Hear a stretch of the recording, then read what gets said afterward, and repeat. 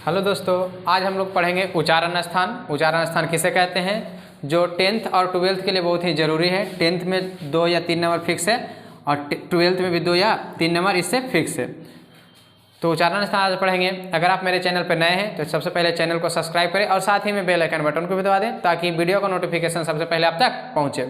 और वीडियो को जितना हो सके शेयर करें ताकि इस वीडियो के माध्यम से सभी को लाभ हो सके। तो हम लोग पढ़ेंगे उच्चारण स्थान किसे कहते हैं। तो हेडिंग हो जाएगा मेरा उच्चारण स्थान। कौन स्थान? उच्चारण स्थान। देखिए ध्यान से,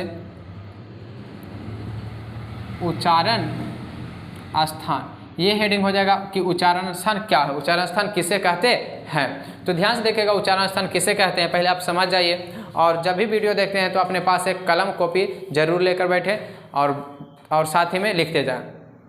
तो उच्चारण स्थान किसे कहते हैं? तो हमारे मुख यानी मुंह में मुख्य रूप से कंठ, तालु, मूर्धा, दंत, ओष्ठ नामक 5 स्थान होते हैं। क्या स्थान? 5 स्थान होते हैं।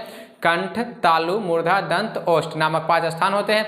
इन्हीं 5 में से किसी एक से इच्छित ध्वनि टकराकर बाहर निकलती है, वही सारे वर्ण की उत्पत्ति स्थान कहलाती है। तो लिखेंगे उच्चारण स्थान किसे कहते हैं। उच्चारण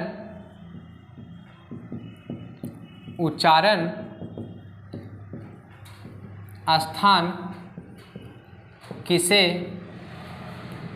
कहते हैं। तो ध्यान से देखिए, उच्चारण स्थान किसे कहते हैं। तो हमारे मुख कौमा मुंह में मुख्य रूप से कंठ कौमा तालु कौमा मूर्धा, दंत, ओष्ठ नामक 5 स्थान है। 5 स्थान है। इन्हीं 5 में से किसी एक से इच्छित ध्वनि टकराकर बाहर निकलती है, वही सारे वर्ण की उत्पत्ति स्थान कहलाती है। तो कितने प्रकार की? 5 प्रकार की तंत्र पाई जाती है, यानी मुख्य रूप से 5 प्रकार की तंत्र पाई जाती है, जो मेरा कंठ, तालु, मूर्धा, दंत, ओष्ठ नामक 5 प्रकार के स्थान पाए जाते हैं। इन्हीं 5 में से किसी एक से इच्छित ध्वनि टकराकर जो ध्वनि बाहर निकलती है, वही उन सारे वर्णों की उत्पत्ति स्थान कहलाती है। इसको लिख लीजिए। चलिए अब पढ़ लेंगे 5 के बारे में कि कंठ से क्या चीज़ बोले जाते हैं, तालु से कौन सा अक्षर बोले जाते हैं, मूर्धा से क्या बोले जाते हैं, ओष्ठ से क्या बोले जाते हैं, दंत से क्या बोले, इस सब के बारे में पढ़ लेते हैं। ठीक है,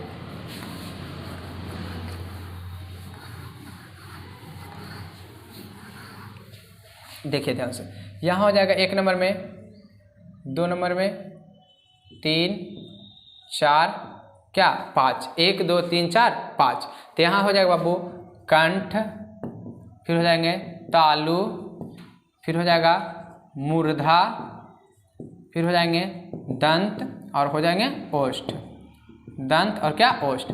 तो ध्यान से देखिएगा, कंठ से पहले आप लिख दीजिए का वर्ग, यहाँ हो जाएगा च वर्ग, ट वर्ग, त वर्ग और प वर्ग। ये वर्ग क्या है, अगर आपको समझ में नहीं आ रहा है तो आप वर्ग का क्लास पहले कर लीजिए, तब आपको समझ में आएगा। थोड़ा सा देख लीजिए वर्ग किसे कहते हैं। तो वर्ग यानी प्रत्येक वर्ग के अंतर्गत 5-5 वर्ण आते हैं, प्रत्येक वर्ग के अंतर्गत 5-5 वर्ण आते हैं, और प्रत्येक वर्ग के अंतिमा वर्ण और प्रत्येक वर्ग के अंतिमा वर्ण को पंचमाक्षर कहते हैं। पंचमाक्षर को अनुनासिक वर्ण भी कहते हैं। पंचमाक्षर को अनुनासिक वर्ण भी कहते हैं। इसकी कुल संख्या होती है 5। इसकी कुल संख्या 5 होती है। अब वर्ग का क्लास जरूर देख लीजिएगा। चलिए ये हो गया।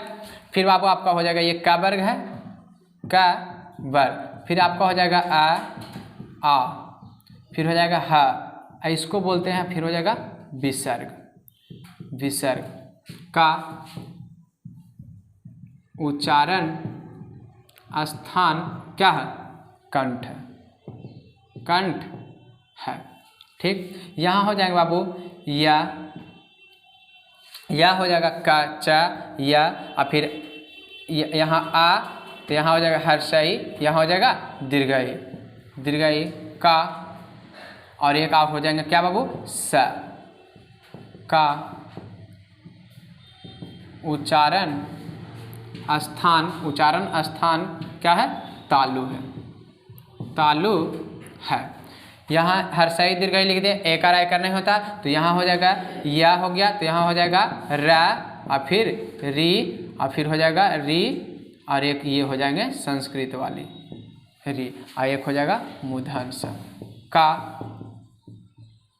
का उच्चारण स्थान क्या है? मूर्धा है। मूर्धा है। यहाँ या लिख दिया, रा लिख दिया, तो यहाँ पे ला हो जाएगा, यहाँ पे लिरी हो जाएगा, ला लिरी, ला लिरी, फिर हो जाएंगे इसका उच्चारण स्थान, यहाँ पे तो अलम सा मूर्धन सा, तो यहाँ पे कौन सा? दंत सा। का उच्चारण स्थान दंत है। क्या है? दंत है। ध्यान से देख लीजिए, यानी कि यहाँ से चले का वर्ग आ, फिर हर्षई दीर्घई, फिर हर्षऊ दीर्घऊ नहीं होता, फिर हो जाएगा क्या हो जाएगा? ये हो जाएंगे ये, फिर रा, फिर री, फिर री, फिर मूर्धन सा, तो यहाँ पे हो जाएगा, एक हो जाएगा बाबू, ये हो जाएंगे हर्षऊ दीर्घऊ। हर्षऊ दीर्घऊ का उच्चारण स्थान ओष्ठ है। क्या है? ओष्ठ है। ओष्ठ है। ठीक, इस बार 2023 में पूछा था, 2023 में फर्स्ट सिटिंग में पूछा था, च वर्ण का उच्चारण स्थान क्या चीज़ है? च वर्ण का, तो च वर्ण का उच्चारण स्थान क्या हो जाएगा? तालु। च वर्ण का उच्चारण स्थान तालु। आप ऐसे याद कीजिए, कंठ, तालु, मूर्धा, दंत, ओष्ठ, तब आपको सीरियल नंबर से याद कीजिए, आपको याद हो जाएगा आसान। ये नहीं कि आपको कभी कंठ बोले, कभी मूर्धा, तो कभी ओष्ठ, फिर दंत और फिर तालु, ऐसे मत याद कीजिए। सीरियल नंबर कंठ, तालु, मूर्धा, दंत, ओष्ठ, कंठ, तालु, मूर्धा, दंत, ओष्ठ, ऐसे याद कीजिए, आपको बहुत जल्द याद हो जाएगा। तो कब आप मुख्य रूप से इसको याद कर लीजिएगा ध्यान से, जो आपको अब जो घेर रहे हैं हम, इसको पढ़ लीजिएगा, इसका उच्चारण स्थान, इसका उच्चारण स्थान, इसका उच्चारण स्थान और इसका उच्चारण। यही पाँच में से, यही पाँचों में से आपसे पूछता है 2 या 3 नंबर फिक्स है। यहाँ से 2 या 3 नंबर 10th हो या तो 12th हो, 2 या 3 नंबर क्या है? फिक्स है।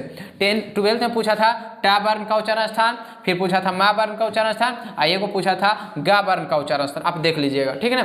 तो इसको लिख लीजिए। चलिए, थोड़ा सा कुछ शब्द और बच गया जिसका उच्चारण स्थान 2 होता है, जैसे दंत, दंत और ओष्ठ, दंत और ओष्ठ से 2 को बोले, दंतोष्ठ से बोले जाते हैं, ए और ये वाला बता रहे हैं। ठीक, देखिए ध्यान से,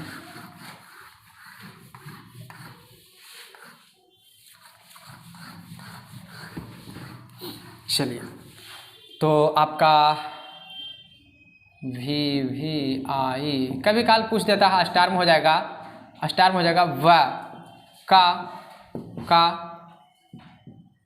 उच्चारण स्थान, व का उच्चारण स्थान दंत और ओष्ठ दोनों है, जिन्हें दंतोष्ठ के नाम से भी जाना जाता है, जिन्हें दंतोष्ठ के भी नाम से जाना जाता है।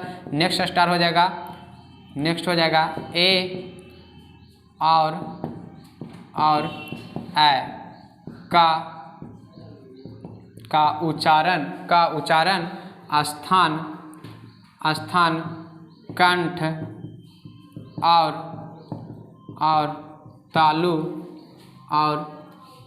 तालु दोनों होते हैं, जिन्हें कंठ तालव्य के नाम से भी जाना जाता है। और एक स्तर अगला हो जाएगा ओ एवं औ का उच्चारण स्थान कंठ और ओष्ठ दोनों होते हैं, जिन्हें कंठोष्ठ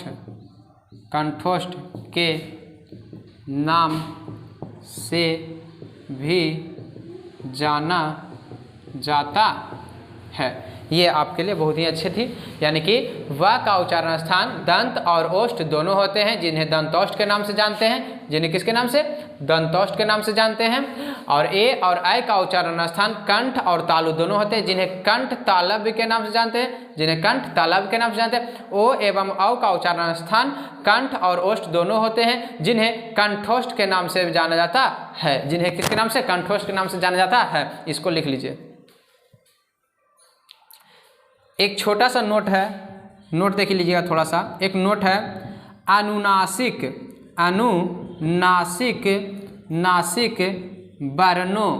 वर्णों का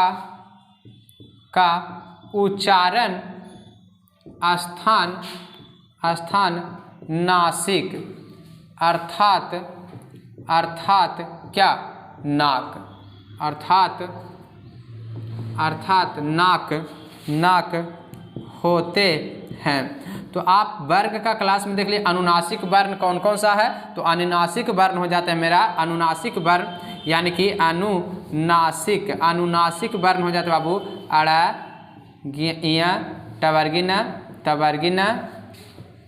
और क्या हो जाता है मा, ये अनुनासिक है। तो इसका उच्चारण स्थान होता है नासिक, यानी क्या, नाक। लेकिन अगर नासिक नहीं रहेगा, जैसे हमसे पूछ देगा टवर्गी ना का उच्चारण स्थान, अगर नासिक नहीं रहेगा तो क्या हो जाएगा, नासिक नहीं रहेगा तो अभी बताए थे कंठ तालु मूर्धा, तो क्या हो जाएगा, मूर्धा हो जाएगा। क्या हो जाएगा, मूर्धा। तो ये अगर नासिक नहीं रहेगा तो मूर्धा में मारिएगा, अगर नासिक रहेगा तो नासिक में मारिएगा। ठीक है ना। आज के क्लास यहीं तक। कल हम पढ़ेंगे संज्ञा किसे कहते हैं, संज्ञा के प्रकार कितने होते हैं। ठीक है ना। संज्ञा के 5 प्रकार होते हैं, ये इसके बारे में हम कल पढ़ेंगे। अगर आप मेरे चैनल पर नई बार हैं तो चैनल को सब्सक्राइब करें और साथ ही में बेल आइकन को बटन को भी दबा दें ताकि वीडियो का नोटिफिकेशन सबसे पहले आप तक पहुंचे। मिलते हैं कल नेक्स्ट क्लास में।